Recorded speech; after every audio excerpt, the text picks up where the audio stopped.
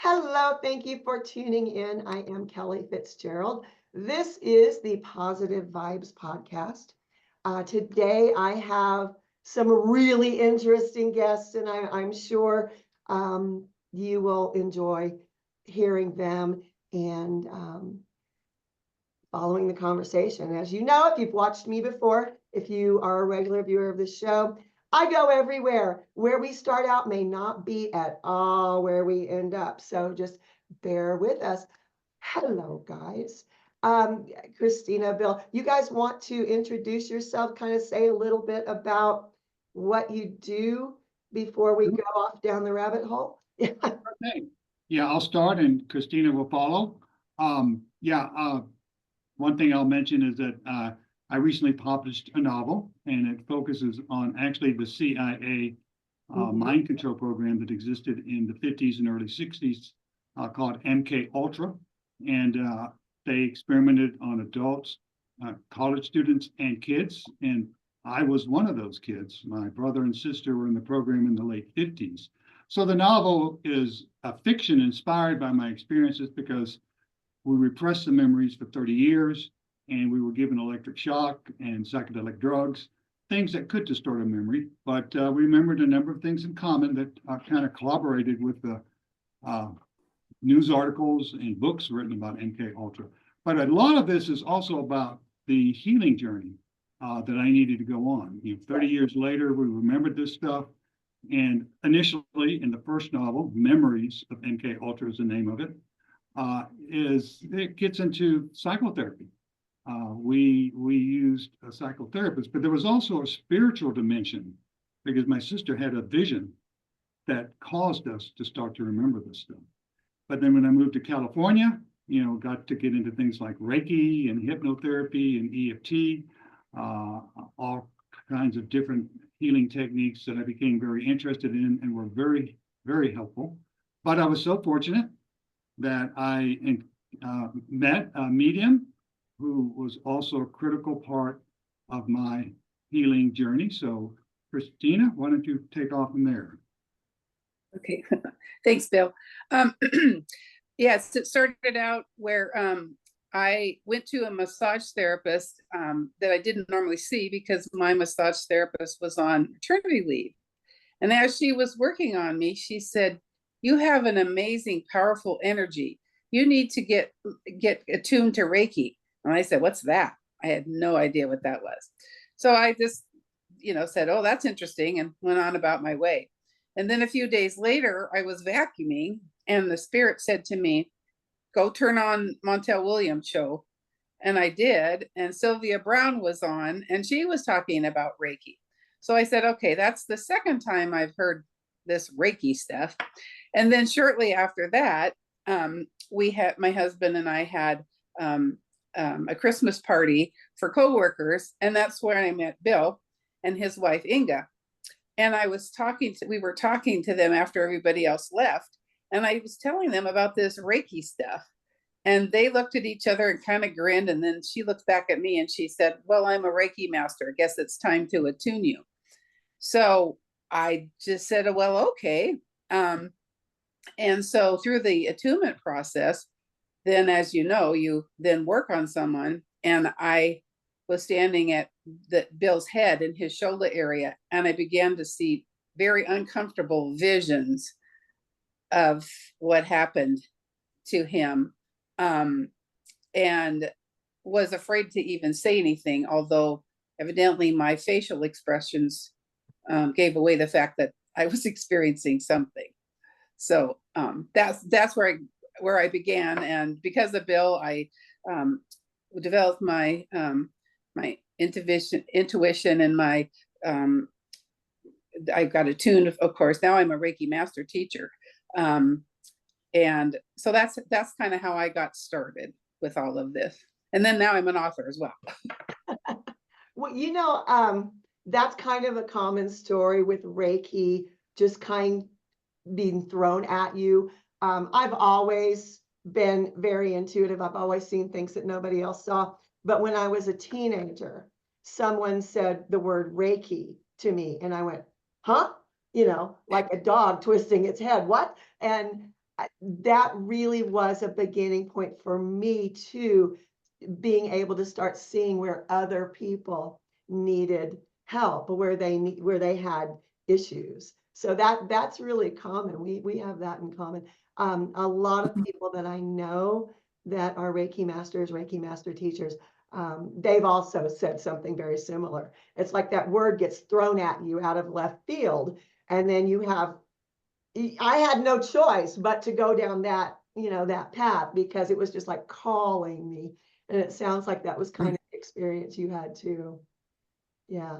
What's remarkable about that encounter was, my experience in this MK Ultra program was extremely unique. We were kept in jail cells Yeah. in a basement, and Christina said, "I see you in a basement in a jail cell, and I see they put you in these occult type ceremonies, and I see, some pretty bad torture things they do."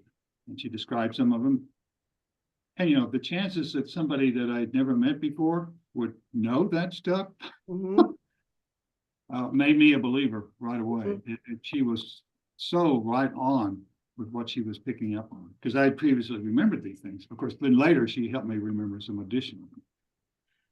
I have interviewed people years and years ago, decades ago now, about the MK Ultra program. And it seems like there are a number of the same kinds of things that everyone remembers. And everyone has taken at least 2 decades to really consciously remember what they went through. And then that starts the healing process. Exactly.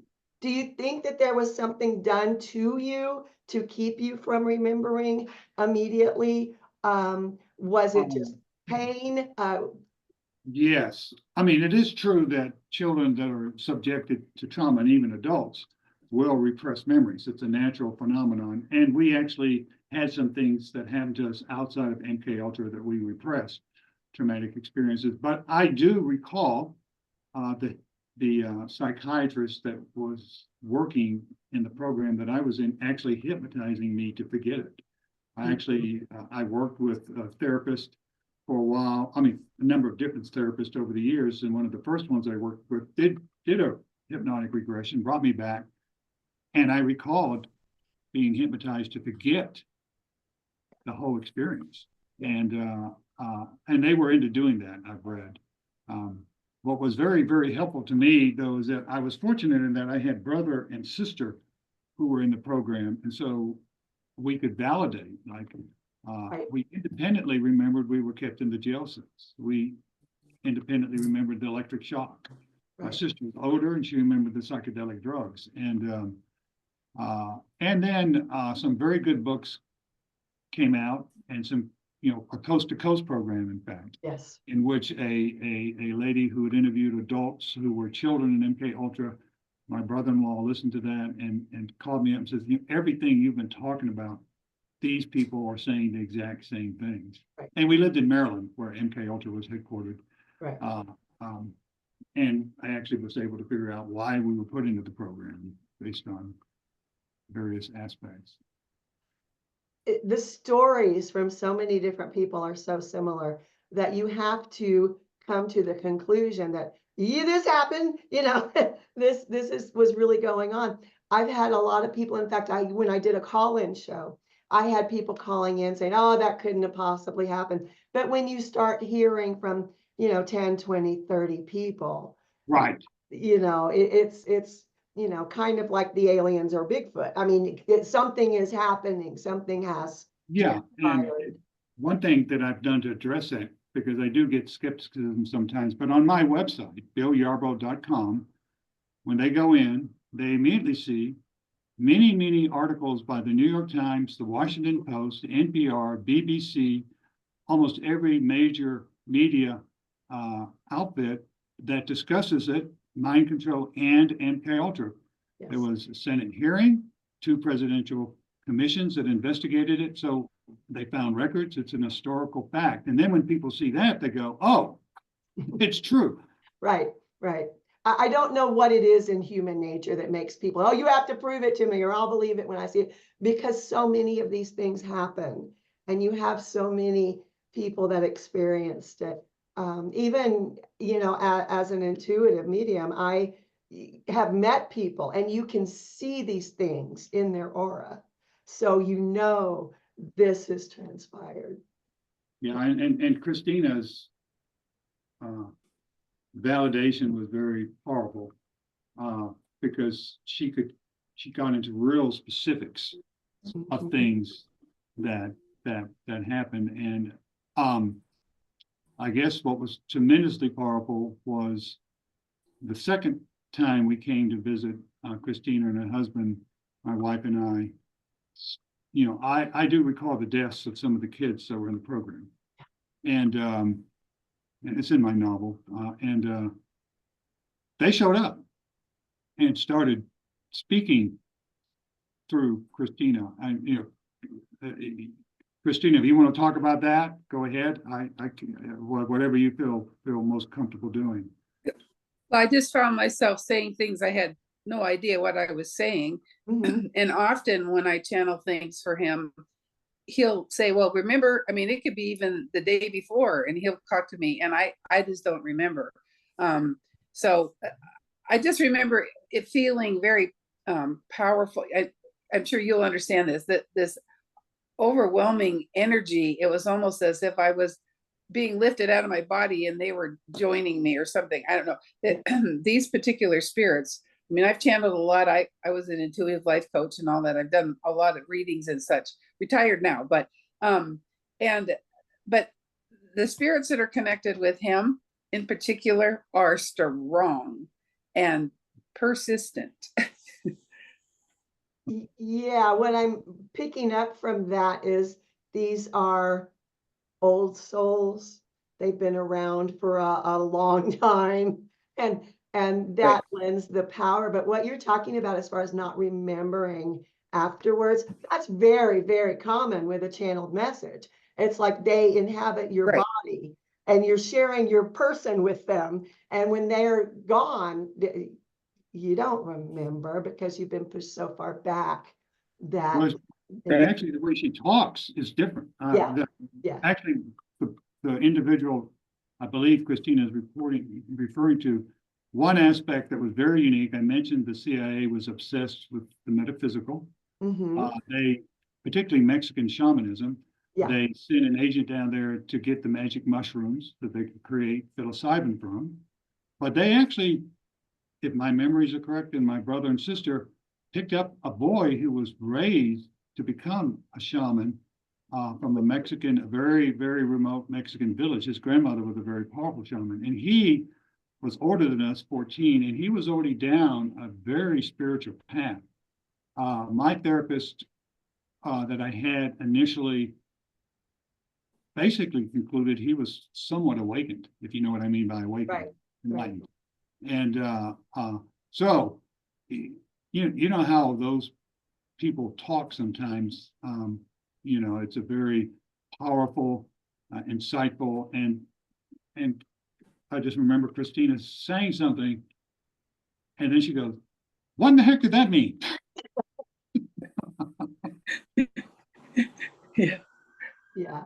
How did the healing work between the two of you? How did that progress? You've talked a little bit about how it started, but did you find you were uncovering layer after layer after layer of things? Because that's pretty common as well. Absolutely. I'll say a couple of words, and then Christina can kick in. But yes, I had remembered a lot before. I met her, and I had been subjected to hypnotherapy Mhm. and other things like that. But she would just sense some things that were kind of hard to face. She Right. would talk about a certain room in the school, and and actually in one case, her husband Dave participated in this, and they kind of guided me into that room, and I saw what was in that room, and it was not good. I don't need to go into details, but Right. it was useful, to uncover something that couldn't really get into with therapy, because it was a little bit more traumatic than some of the other things. And so, And there's endless stories about our whole family, you know, my wife and our kids benefiting from these insights. Just like practical one of my wife losing her key, and we're going to catch a plane to Hawaii, and she's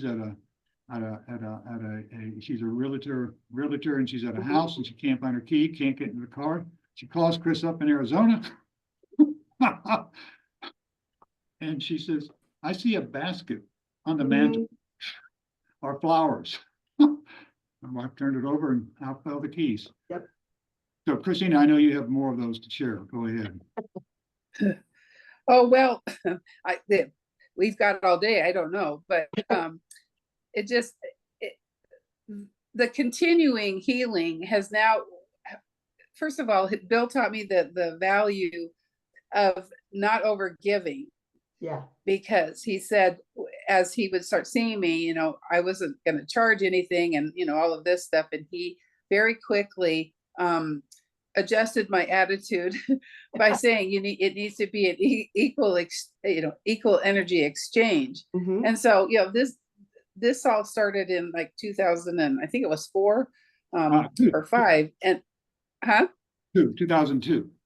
Oh, see, 2002, and fast forward to today, and we're still, as we visit, we're still receiving guidance for each other.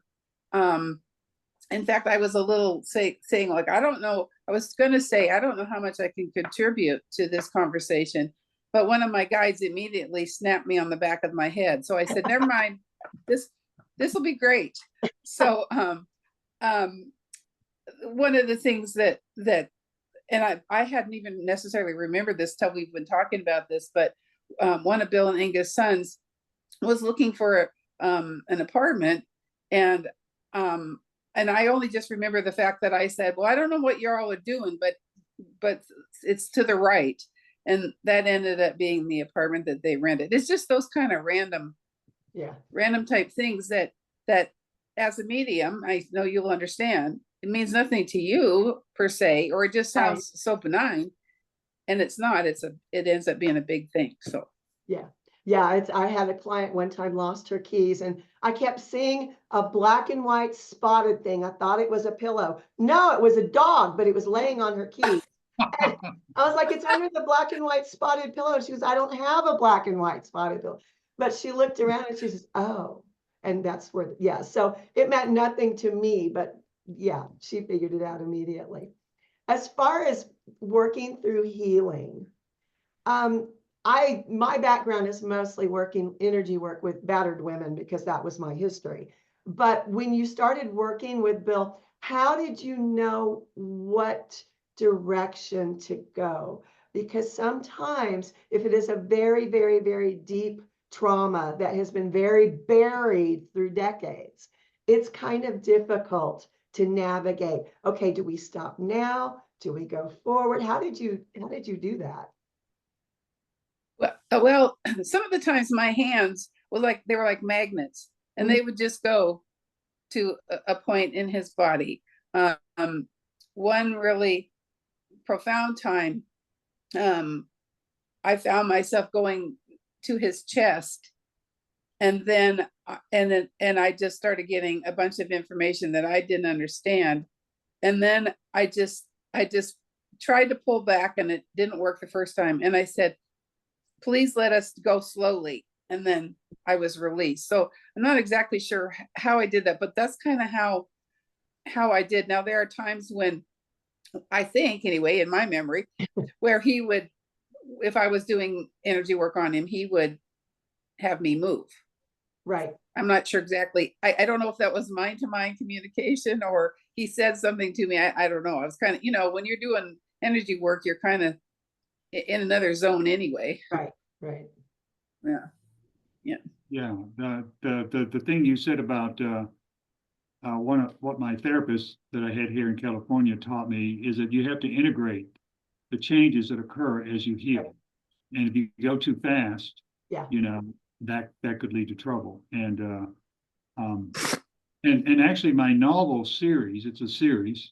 The first one, as I mentioned, is Memories with MK Ultra, and that really deals a lot with between the vision that I mentioned and then the psychotherapy, that I got, how some real key things came up, very dramatic things that resulted in change. But then the next novel will actually get more into these energetic, EFT is one that I have found to be very powerful. Are you familiar with Yes. tapping? Yeah. And, as a friend of mine says, you can carry it in your back pocket. So what my wife and I have learned, and we're actually working on a book on it, is our minister asked us to start doing EFT at our church, as a seminar for folks. And to teach people, we had everybody do it at the same time. Right. And it became much more powerful. We were really surprised. And so we got 2 groups now that use that approach. And but healing, some people that has a one-dimensional issue, that's caused by one event, you can overcome that pretty quick. But back to your point, if it's a deep-seated trauma, it takes time. Yeah, it does. And you can't move too quickly. I think that is something that some people misunderstand, is everything is energy. But sometimes you can only take so much of that at once. I know I was working on, I used to teach massage therapy. And I was teaching a class, I was watching a student work on someone, and all of a sudden this person got off the table and ran to the bathroom because they were getting sick. And it was just too much at one time for that person. And even though we ask for people to, let your therapist know when you're feeling weird, they never do. It always waits to the last second. But that is something that is really important for people watching this. I know I have a lot of therapists that watch the show.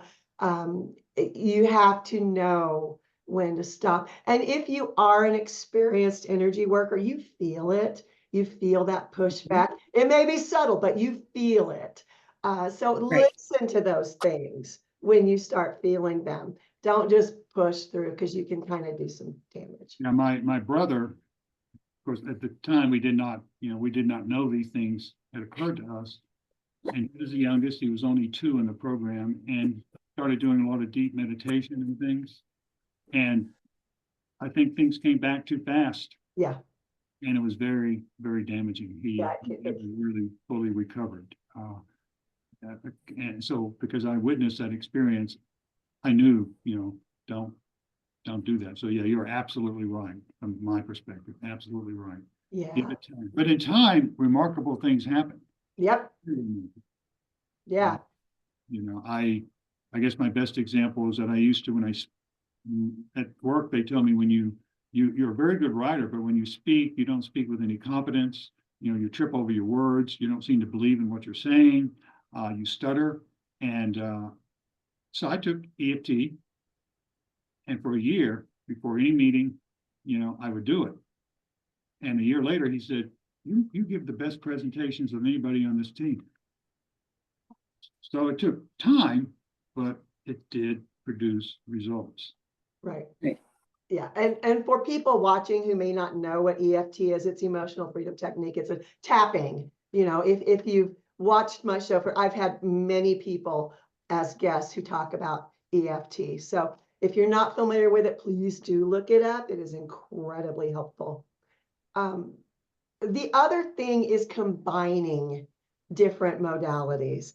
When you get to a point in your healing where you're not going way too fast anymore, I think there comes a plateau where if you've been working, with guides from the other side, or if you've been working through meditation or hypnosis, maybe you can add something else to that.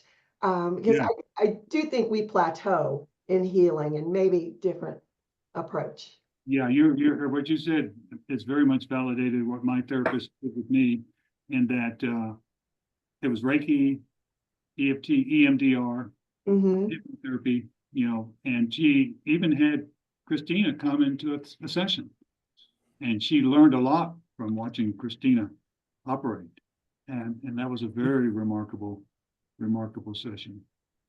Yeah, you're absolutely right. And you know, everybody responds to different things a little bit differently too. Right, and sometimes it takes a while to figure out the balance in things. Christina, I can tell from your energy that you already know this balancing technique. So what do you do? How do you approach that when you reach a plateau? Do you add Reiki in with mediumship, or how do you finagle that? Well, what I'm discovering now is that we have just recently moved into a 62 plus active co-op. So now 57 units of all kinds of different people with energy literally flying around here. So, and as an empath, you know, if you learn to stop taking on everybody else's stuff. So I have developed a morning and a night routine where I just release. Sometimes I do sometimes I just do self Reiki to balance myself. Sometimes a very dear friend that was our massage therapist in Arizona that has passed on, she literally will come in and say, you need your chakras balanced, and will do that for me, which I appreciate. She used to do that in person, you know. But I am really learning how to decipher. It doesn't matter how long you do this, or we're always a student, you know. I am really learning quickly that that all of these strangers want to hug me, which is fine. But I need to, if I have an ache or a pain, I need to say, is this mine or is this somebody else's? And it usually goes away. So anyway, that's why how I'm learning the balance and the value of just being quiet and then listening to soothing music, and try to not think about anything, which is hard, you know. Yes. But that's kind of how I balance myself out. Yeah. Yeah. Yeah, that takes a while to learn. And if you've been through anything traumatic, especially in childhood, I went through a lot of trauma too, not quite as deep as yours, Bill, but yeah, you know, that's trauma. But it takes a while to figure out within yourself, okay, who am I? I am not what happened to me. And in talking with other people who have talked about MK Ultra or other things that the government did to kids, that was horrible. It wasn't just in one location, it was very widespread. 80 different institutions were involved: prestige universities, hospitals, prisons, you know, juvenile halls. Yeah, they ran the gamut. They really were carrying out some horrific experiments. But having gone through that, how long did it take you to figure out that you were different, or that you had significantly different experiences? Well, yeah, that's a very good question, and it's pretty dramatic because actually, you know, they did recruit Operation Paperclip. I don't know if you've heard of that, but they recruited ex-Nazis to come work for the government. And my father was in the War Crimes Division, so he interviewed the Nazis running the death camps at Dachau, which is where Hitler had his mind control program. Right. And I suspect that's how we ended up getting connected to it. So these Nazis actually had some ulterior motives beyond what the CIA had in mind. And I believe they programmed me to become president to free Eastern Europe from Soviet domination. At least that's what I always thought I was supposed to do from a pretty young age. It was a weird idea for a pretty young kid to have.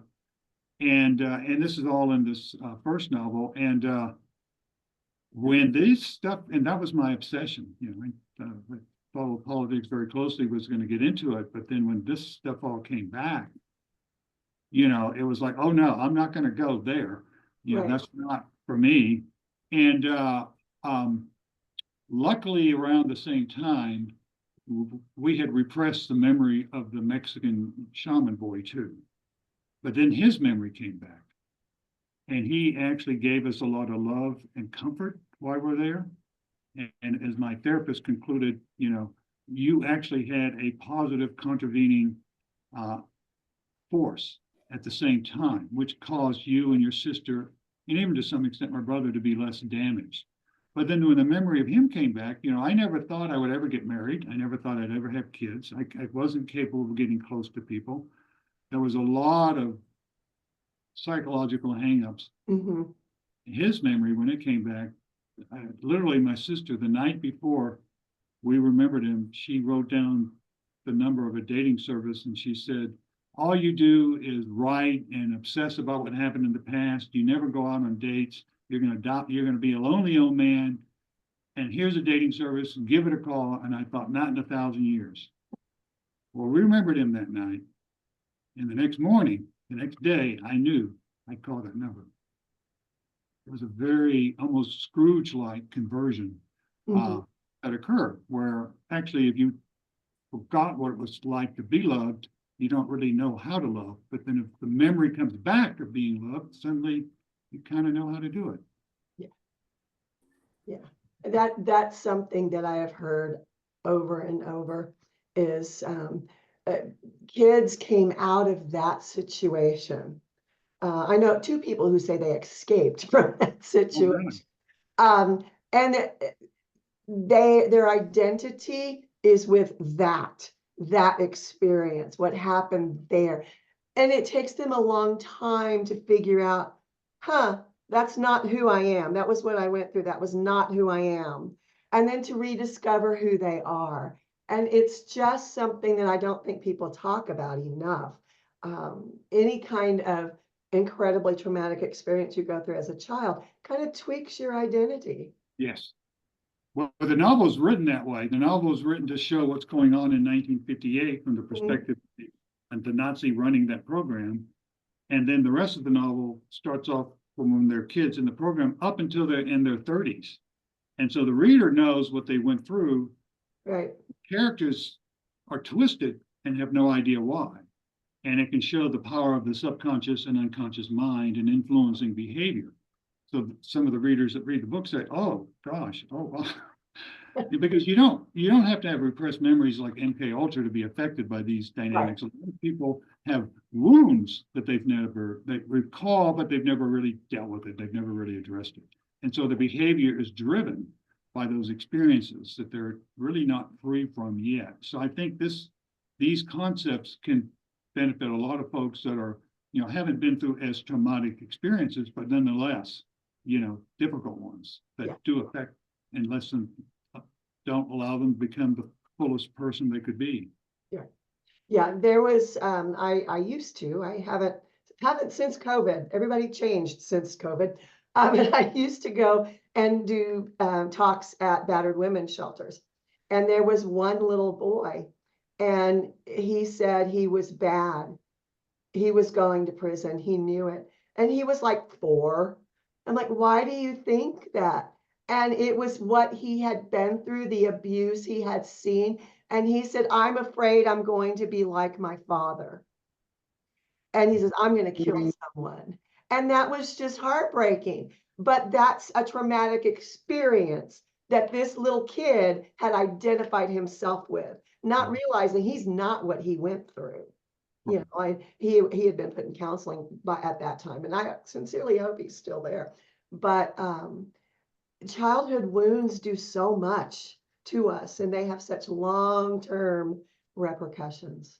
So even though you have a fictionalized version of your experience, that's very helpful to people to see any kind of traumatic experience described and spelled out and what happens as it goes on. I think that's very helpful for people. Yeah, no, I volunteered for 14 years at juvenile hall because I kind of wanted to pay back what this Indian boy did for me. And I found out that kids from other countries that don't have parents sometimes get thrown into the juvenile hall. And and sometimes it's not even, it's sometimes just as bad as parental indifference. Yes. Yeah. And so, well, it's great that you did that work. Do you have many children? You ever work with kids? I teach. I am more of a spiritual coach now than a speaker. And I work with many young people, actually all around the world now. through Zoom. It's just something that I really honestly do believe the kids are our future. I know that's a cliche, but we need to inspire people to heal, no matter what age they are. People Your need to. elephant book, I'm sure, is part of that strategy. That's Yeah. wonderful. It's Laylee and the Elephants is all about teaching kids kindness and love and acceptance and healing and all that stuff. So, yeah, it's something I know a whole bunch of people are doing. Sometimes whether they realize it or not. I know, Christina, you've probably done a lot of really good things, putting good energy out into the world in general, and you don't even realize you're doing it. You're just sitting there going, I'm meditating for myself in love and peace, and boom, there it goes. It's everywhere. And I think if we would realize that more, the world would be a better place, because every single one of us can make a difference. It doesn't matter where you are or what your situation is. Every single one of us can make a difference. Where Christina had a very positive benefit in all three of our kids. They were drawn to her. They were drawn to her positive energy, and and they still love hearing about her and sometimes catch up with her when they got things going on that they need help. Yes. One of them calls me Mama Bear. So I like that one. Well, I just wanted really quickly to share, to acknowledge your work with domestic violence. I tried that for the first year of volunteer work. I was a domestic violence online, on phone counselor. And the last call I took was the end of my contract, and we started out, and she asked me a question, and an hour and 23 minutes later, she asked me the same question. And I thought, I'm not making any difference. I just not making it. It gives me the chills.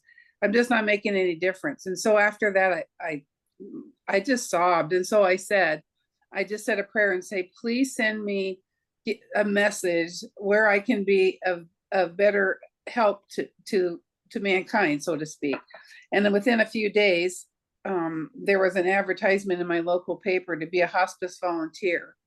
So I did that for 20 plus years. And that is the most valuable experience. Number one, the training involved with becoming a volunteer, and how you stay in your own lane, as they say, but still be of service to others. So I just, one of my hospice patients and I made up a club, and it's called the Glass is Half Full. And that's kind of how I try to function. And just know that I mean, I gave a compliment the other day to a cashier in the store. I mean, it was just, I just made a comment, and she said, thank you. You just changed my whole day.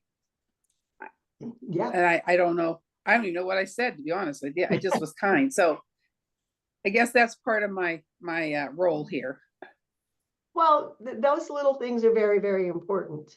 I had a long time ago, I took a call when I had a live call-in show, and the guy was just absolutely belligerent. And for some reason, I let him continue talking. And even my guest was like, huh? But I just let him get it out. And when he stopped, it got really quiet. And I said, are you finished? And he said, wow, what did you do to me? I just let you talk, but I let him get it out. And like a week later, I got an email from him, and he said, I was going to kill myself that afternoon. And I just let him talk. I didn't do anything. I just let him talk. And it was just, you just know when someone needs a kind word or someone needs some space to decompress. We all do that all the time. Every one of us is given an opportunity almost every day to make a difference, however small it is. It doesn't really take any effort or energy from us, but it makes a difference in someone else's life. And I think that's really the important thing. So yeah, I agree, definitely. Yeah. Completely. I got into battered women because I was a battered woman. I got married way too young, and to an incredibly abusive person who nearly killed both me and my daughter. So that's, I felt like I needed to give back, and I still give back because. And I think that the way you feel when you give back.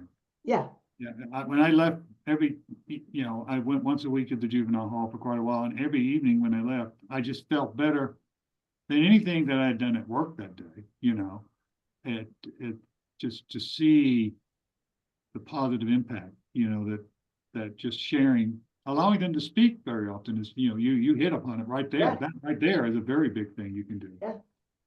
yeah. Mhm. People need to feel heard, Yes. especially, and I know people do terrible things, but in my opinion, a lot of the kids in detention centers, a lot of kids in juvenile hall, they haven't had a great start in life. And sometimes if you give them the opportunity to express that and they feel like someone cares, it gives them hope.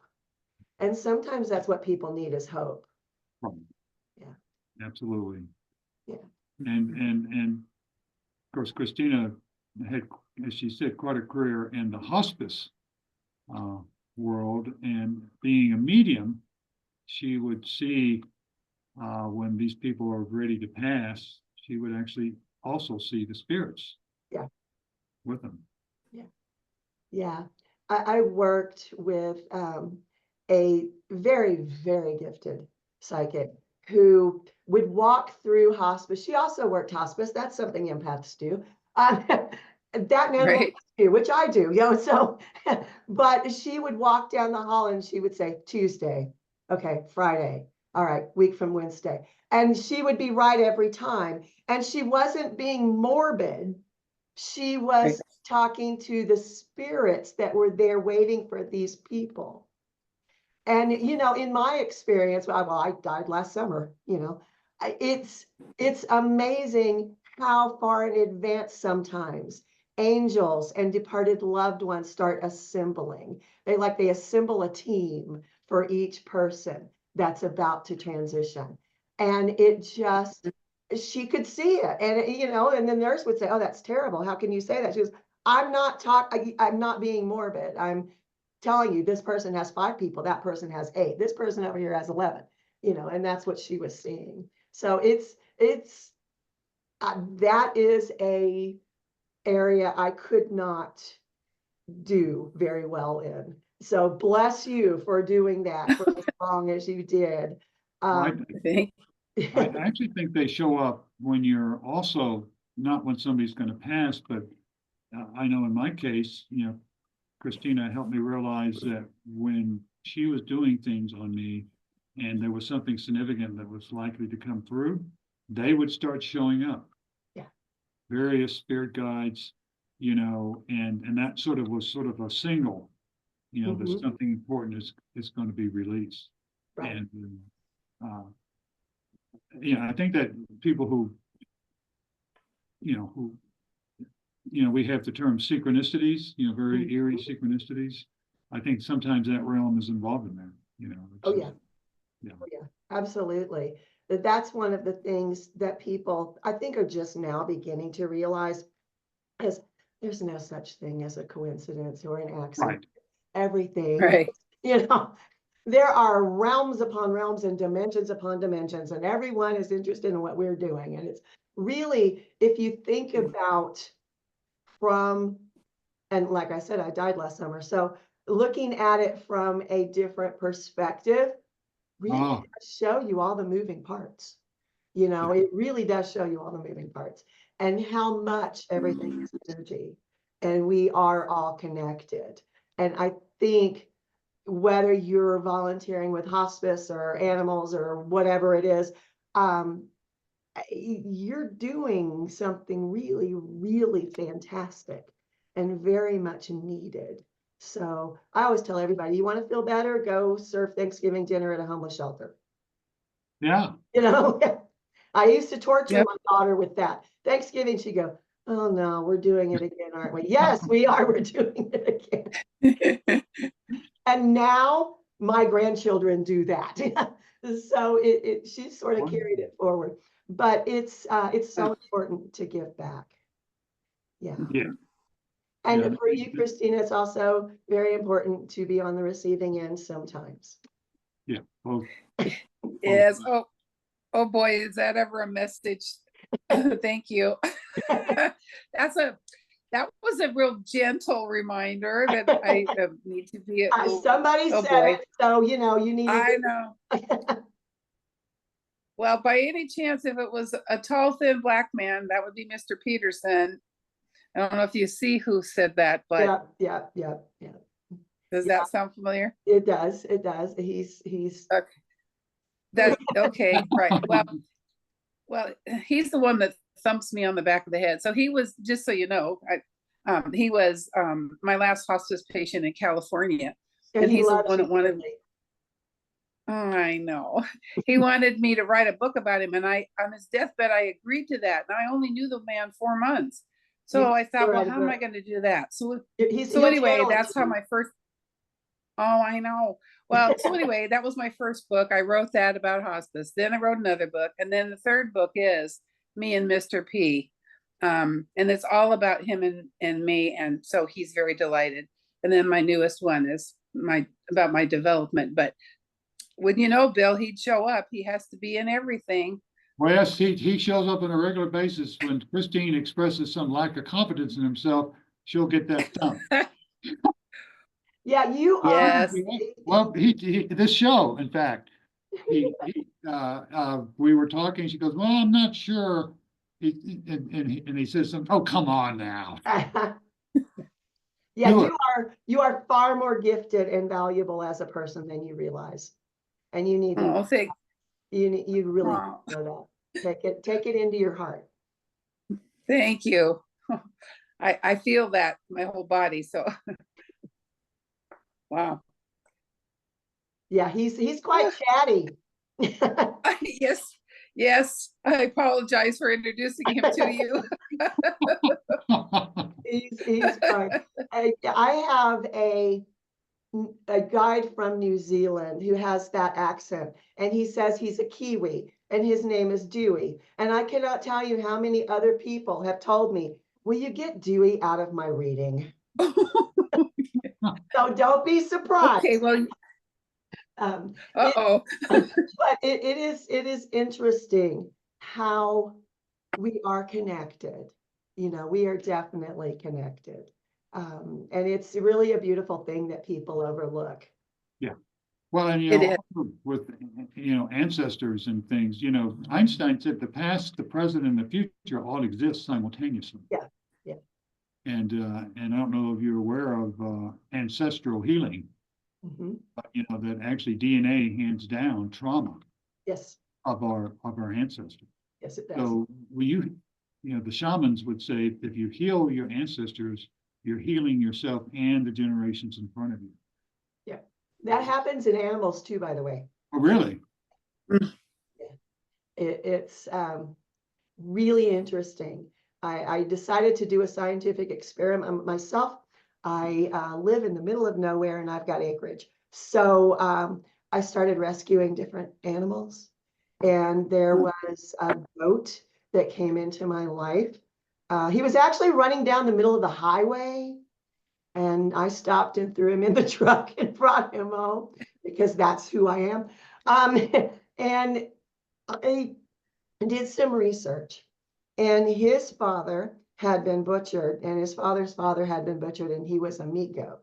And when I learned this particular rancher, whatever you call somebody who raises goats for food,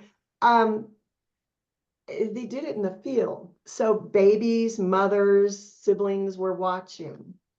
And that carried on with this poor goat. And he had run away from home, is how I got him. And they were going to take him back. And I said, nope, he's home now.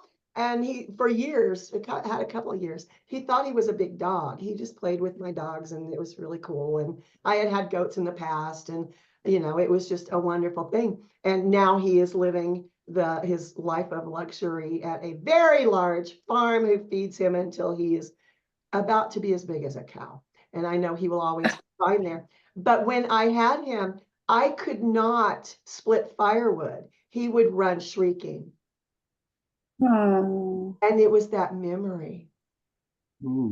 It was that memory. And I would find him in a doghouse It's like my dogs sleep with me at night. They have dog houses just for the fun of it. And he would squeeze his immense body in this little, box to get away from the axe when I was splitting firewood. Wow. And I did a lot of energy work on him before Have he you, went to his forever home. But he would tell me, this is what I've seen. And he had seen terrible things. So that's why he was traumatized. I just thought that was interesting. That's sort of a that is interesting. And it made me think of have you dealt much with what many call somatic healing? That it's memories are trapped in the body. yes. And that's actually one of the last refuges of where they stay. Yeah. The last place that you need to release them. And I've got a somatic therapist now, and I'm finding that my experience tells me that's very true. And it sounds like you may have had some experience with that as well. Yeah. Yeah. Well, I know my body carries a lot of trauma and it's the funniest thing. I just did a video on this the other day. We heal in a spiral and people think it's linear, and it is not. You can be healed. You can think you're healed. You can act like you're healed. 10 years later, you're going to be triggered and, oh my goodness, I'm healing that again. And that's just the way it works. People will call me and say, I'm a horrible failure at healing. No, you're not. You've healed deeper. This is the next layer. You need to accept the further healing. And I think, especially in the case of trauma, as a child, we go back to that many, many, many times, because some of the things that we've seen and gone through and things that have been done to us, we're not ready at first, the first time around, we're not ready to look at that in its totality. So we heal a little bit. And that's what we were talking about earlier with the layers. So, you have to go back, and when you're ready to see more, okay, here's a little bit more. You're still not ready for all of it though. So you go back again, and however many times it takes, that's how long it's going to take. It's okay. That's sort of what I'm hoping the trajectory of my novel series will do. In other words, that it is different things at different times. And sometimes you lose sight of the tremendous progress you've made. You think, oh, because I'm not 100%, you may not be 100%, but you're far, far beyond where you were when you started. Yeah. And that's important to keep in mind. Yeah, no, it's, and I think a lot of people, there's very few people in the world, they don't need, the ones that have to have the trauma like we have, obviously don't need to do all kinds of things, but most people have had difficult experiences, and some of these techniques actually work very fast with those kinds of things, because it's not deeply buried, but it's a nuisance and it can help you move through it. Especially anxiety. I mean, a lot of people are anxious, all over the world. And so, just getting settled about the anxiety that's out there is a big help. I think anxiety is running rampant all around the world for sure, but especially in the States, in California. I'm from there. I know people who've lost their homes. It's just a horrible thing. Oh gosh. Yeah. And one of the things that I've been doing with, I guess what people term my weird friends, we've been setting aside a day and time and just sending love, sending calm, sending peace, Sure. Good vibes. All of that. And I have to believe, for my own sanity, that those kinds of things do work. I think, Me too. you just have to. You have to. And some of the things I've been through in my life, I know they work. So that's kind of what I've been encouraging people to do lately. The wonderful thing about Reiki, which both of you know, is when you're sending Reiki, you're also receiving it. Receiving it. Right. Yeah. So that's a wonderful thing. You can send Reiki energy to a place, a person, distance, it doesn't matter. And that's a wonderful thing to do as well. Yeah, our daughter lives in the LA area. Yeah. And she's safe. She is safe. It looked like the first night, though, that the fire was headed directly toward her business. She wasn't there, but a colleague was there, and she was seeing the fire. He was on the iPhone luckily the wind shifted Yeah. and her business, but so many people she knows, you know, and her husband know, weren't as fortunate. And it's, yeah, all the positive energy that can be sent, Yeah. as well as donations and stuff, they Yeah. need it. Are you familiar with the power of 8?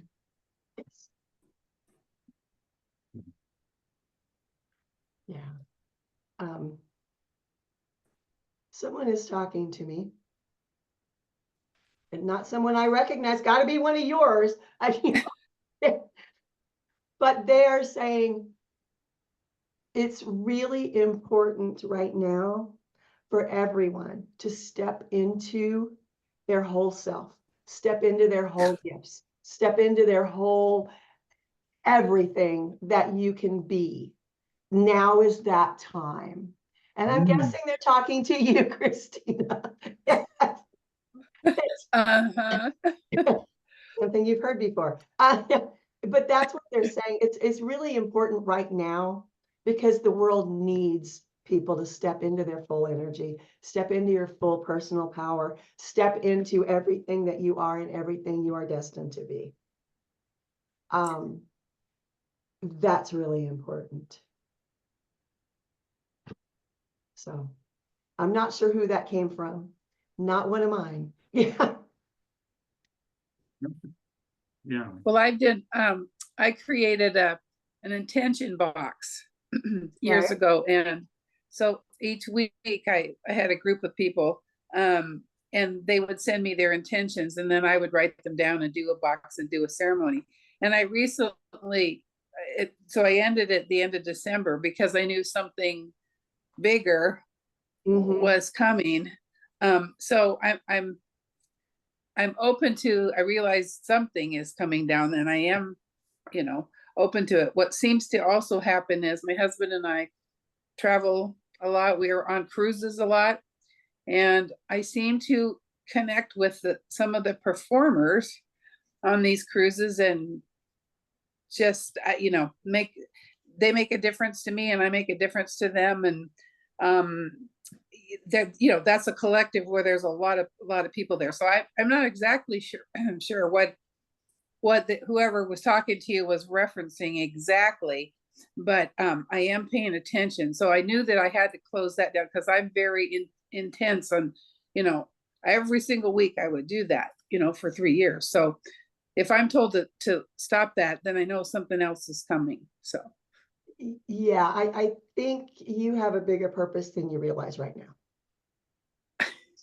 Just so you know. Okay, well. Uh-oh. Now something's coming. No. So Bill, what are the titles of your books? Let's tell people where they can find them. Yeah, so the book that's been published now is called Memories of MK Ultra. It's on Amazon and Barnes and Nobles, and you know, even places like Walmart, and it's Ingram has got it, so it's basically available all over the world. It's doing actually pretty dang well, and it's in paperback and in ebook or Kindle, but we're planning to make an Audible because a number of people have asked, could we do an Audible? More and more people love Audibles, including us, you know, so I was talking to somebody today about that. The next book is going to be called The Teenage Sage.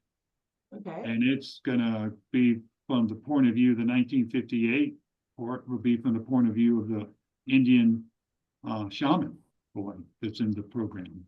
And he has some really amazing messages, you know, to give. And then I'm not sure what the third one's going to be called yet. So, right, like I do. It's just like a title will come to me. I'm sure it will. I'm sure it will. Yes. Yeah. No, that's you know, some people plot everything out. You know, I don't do that. I mean, it somewhat follows my life, so that to that extent it's followed out. But you know, it's fiction too, and my character goes into politics, which I never did. So you know,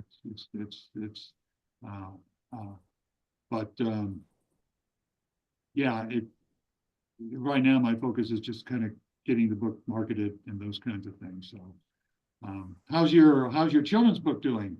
It's doing well. We're actually starting an animated movie Oh, wow. based on the books. Great. Yeah, you're raising money for that, right? Yeah, that kind of, people have told me for years, well, you need to get away from just being an author, you do psychic, you need to do something else. You need to go in a different direction. And a movie? Really? So talk about getting out of your comfort zone. But it's coming along. The poster is behind me. It's exciting, very exciting. Cool. My new book about my near-death experience comes out on the 21st of January. Wow. That's called Yes, I Died, but I am totally fine now, because that's what I kept telling people. When I started writing, I was still in the hospital, and people would call me and say, I heard you died. And I was like, yeah, I died, totally fine now. So that's what the book ended up being called, because that's what I kept telling. Wow. Cool. Yeah. Yeah, my wife has read a lot of books on near-death experiences, so I'll tell her she'll be eager to read that. Yeah, Well, there's so many amazing insights that come from those experiences. what was amazing to me is that they're all very common, and yet they're all very, very, very different. There are a bunch of commonalities, enough in common that you can say, yep, that's like that one, like that one, like that one. But when you get into what I call the meat and potatoes of the experience, they're all very, very different. The way that was explained to me is your afterlife is what you believe it will be. Oh, that reminds me. So the massage therapist that I was telling you about, her name is Marie. And she was very spiritual, but she just said, I don't know how we got here. I don't know if there's a creator. I don't know what's going to happen, what's to come. And not long after she passed, she used to call me honey, but when Mr. Peterson calls me honey, then he told her she couldn't call me that. So now she calls me dearie. But anyway, she said, dearie, I was wrong. You were right. There's a creator. It's there's an afterlife. It's what you make it. Yep. It's beautiful here. It's what you make it. Yep. So that makes sense to me now when you said that. Yeah, it was absolutely pure love. There are no words to describe it. And that's the whole thing. When I talk to other people, they're like, I can't tell you what it was, and that's exactly what it is. It's like, there are no words. And right. My daughter laughed at me because she said, Mom, you're a writer. What do you mean there aren't words? But there truly are not. It was an intense experience. So how can we find you, Christina? Are you anywhere? Well, I just have an Amazon author page is all. Okay. With my books and yeah. And tell me about your books. We're talking. Well, the first one is called Huh? I said we're talking about books. You have to talk about yours. Okay. You've got several. What, Bill? I said you got several books. You need.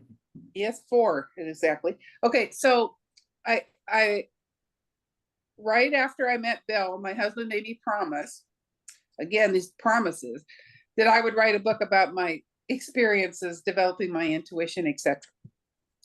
So then when Mr. Peterson passed, and I promised him that I would write a book about him. Well, then I got to thinking, how am I going to do that? I don't know him. So anyway, what I did was I said, okay, I'll write a book about my hospice experience. So the first book is Live with Purpose, Die with Dignity. And it's about my experiences with different hospice patients and what I learned, and, the messages and just life, through that. And then one day I was, my husband and I were at some friend's house, and I was I'd been thinking about backtracking about how we met them and how all of us have made all these decisions, like the 3 of us now, we've made decisions throughout our lives, and all of a sudden we're sitting here together, right?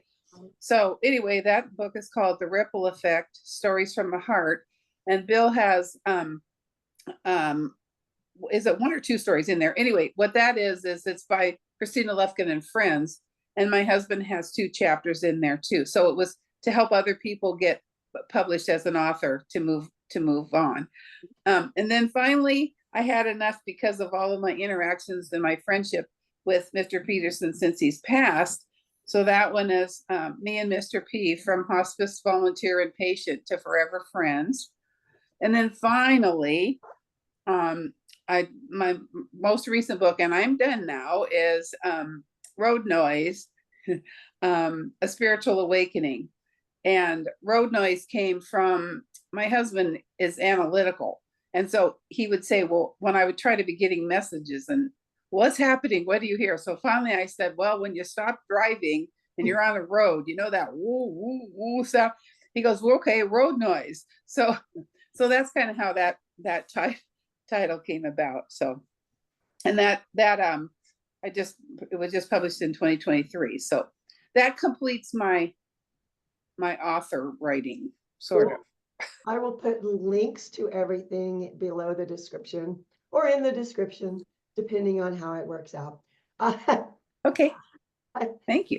I am going to wrap up because I'm battling a cold. I don't know if you can tell, but my throat is getting like really scratchy, which means I'm going to start coughing, and I don't want to. So thank you both. Yep, for taking the time to be here. I really appreciate it. It has really, really been a pleasure. Thank you so much for inviting us. It's been a real pleasure. Yeah, this has been a lot of fun. I have enjoyed you both tremendously. We'll do it again. Yes. We will. My throat's back to normal. Well, this was the first time Christina and I did one of these together, so thank you. Nice. Yeah, they're still saying, give yourself more credit, Christina. Okay. That's a message, Christina, you're getting from multiple directions. Yes, I am. And it's recorded. And it's recorded, yes. You can replay it. We'll record just that snippet for you, and then you can just hit play all the time. Yeah. Put it on a loop. No, you have beautiful energy. You really do. So give yourself the credit for that. Thank you. Thank you. Thank you both again. I'm going to stop the recording here, and we will call it a wrap. Thanks so much. Okay. Well, good luck with overcoming your cold. Thank you. Yeah, thank you. Bye for now. Bye. Thank you guys for watching. Again, I will be back. The descriptions will have all of the links. Thanks so much. Bye.